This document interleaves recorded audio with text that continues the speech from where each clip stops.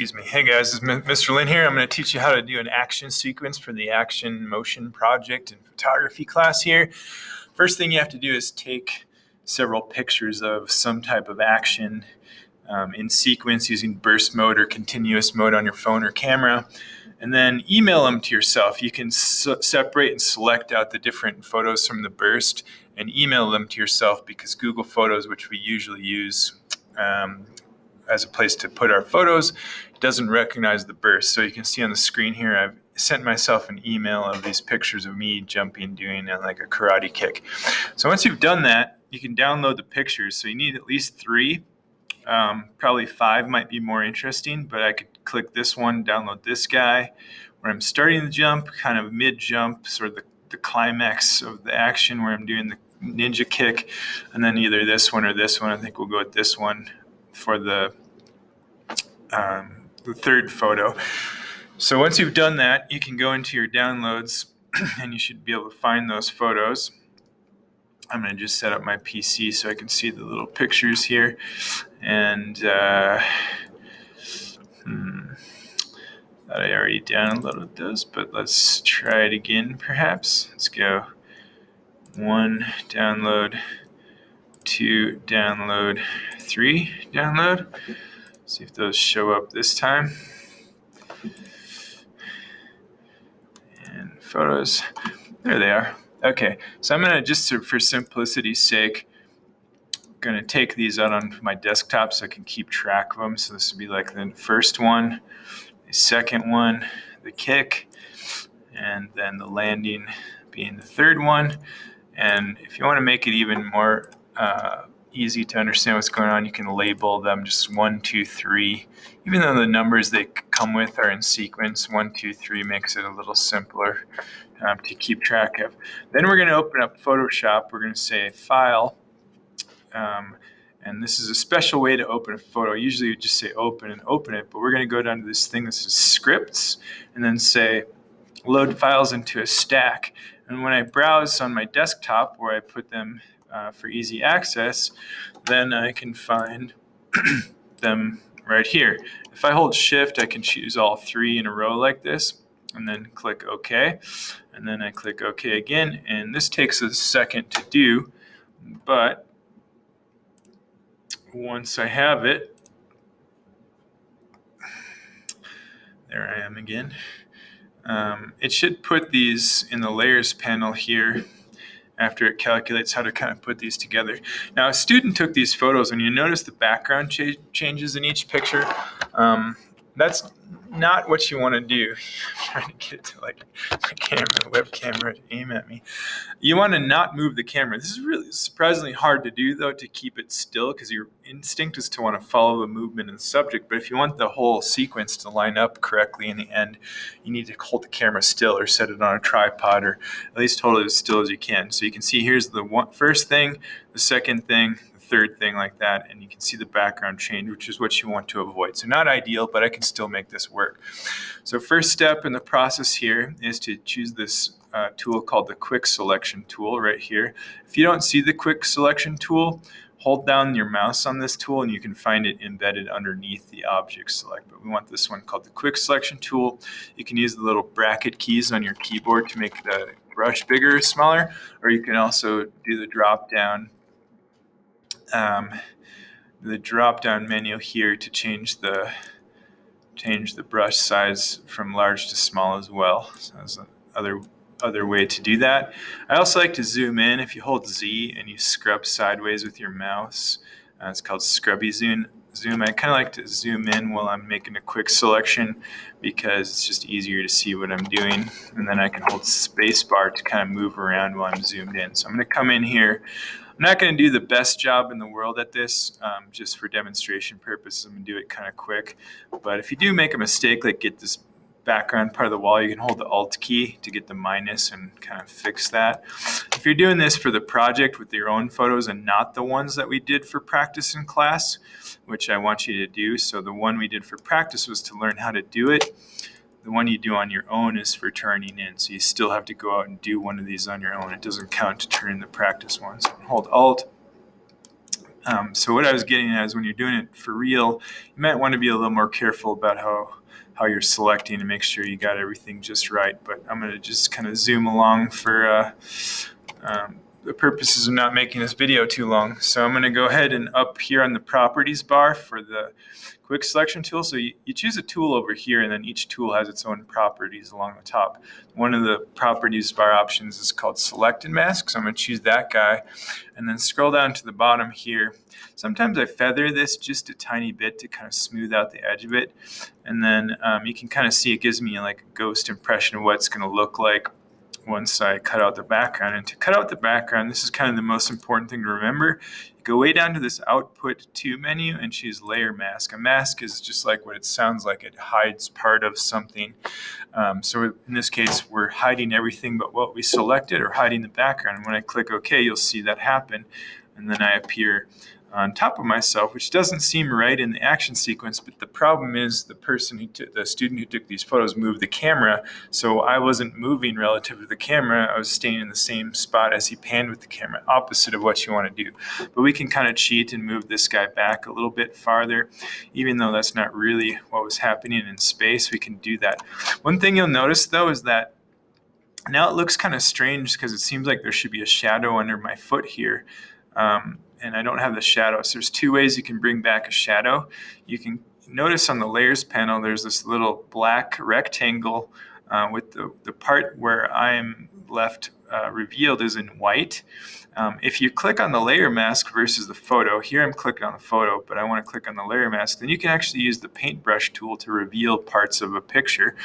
I'm going to open up this brush option here, and you can see that I've got this paintbrush. I've just kind of got the basic soft round one, and I'm going to use white to reveal part of my shadow that would have been under my foot. Now this, to be honest with you, this is not going to work perfectly because the shadow won't line up right with the sidewalk because it's in a different place, but you can kind of see if I've got white as my color, I'm hitting X to switch or toggle between black and white there. If I have black, it'll hide stuff. If I have white, so I'm going to switch to white, it'll reveal stuff. So I can kind of get my the concrete to kind of show again. But of course, that doesn't work quite right in this case because it doesn't line up with where I was in the original space. So I'm going to show you one more trick where you can make actually a false shadow, which helps sell the illusion here. Without shadows, we look kind of strange, like something's missing. Like we always have at least a little bit of a shadow. So the cheater way to do this is to create a new layer by clicking this little plus button next to the trash can. You can title layers to keep track of them too, so I could call this one shadow. And then I'm going to open up my paintbrush options settings thing again here. I'm going to make this look more like an oval. And this time, instead of painting on the mask, I'm going to paint on the actual photo. And I made that look like an oval, so it would kind of, I'm sorry, I'm not going to paint on the actual photo. I'm going to paint on this new blank shadow layer I created. I'm going to make it look like an oval so it looks more like it'd be flat on the concrete like that. I know that looks like way too dark, but you can adjust what's called the opacity to kind of lighten it up.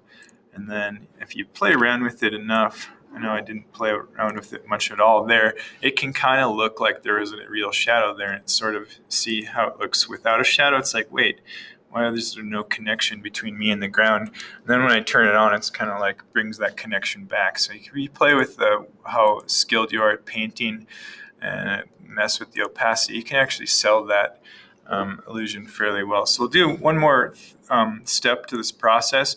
So I cut out the background on this guy. I'm just going to temporarily disable him by clicking this little eyeball next to the layer, so I know I can only focus on this one right now just for simplicity's sake. Then you have to consciously make sure you're clicked on the layer. See how I'm on layer 1 now, but now I'm back on layer 2.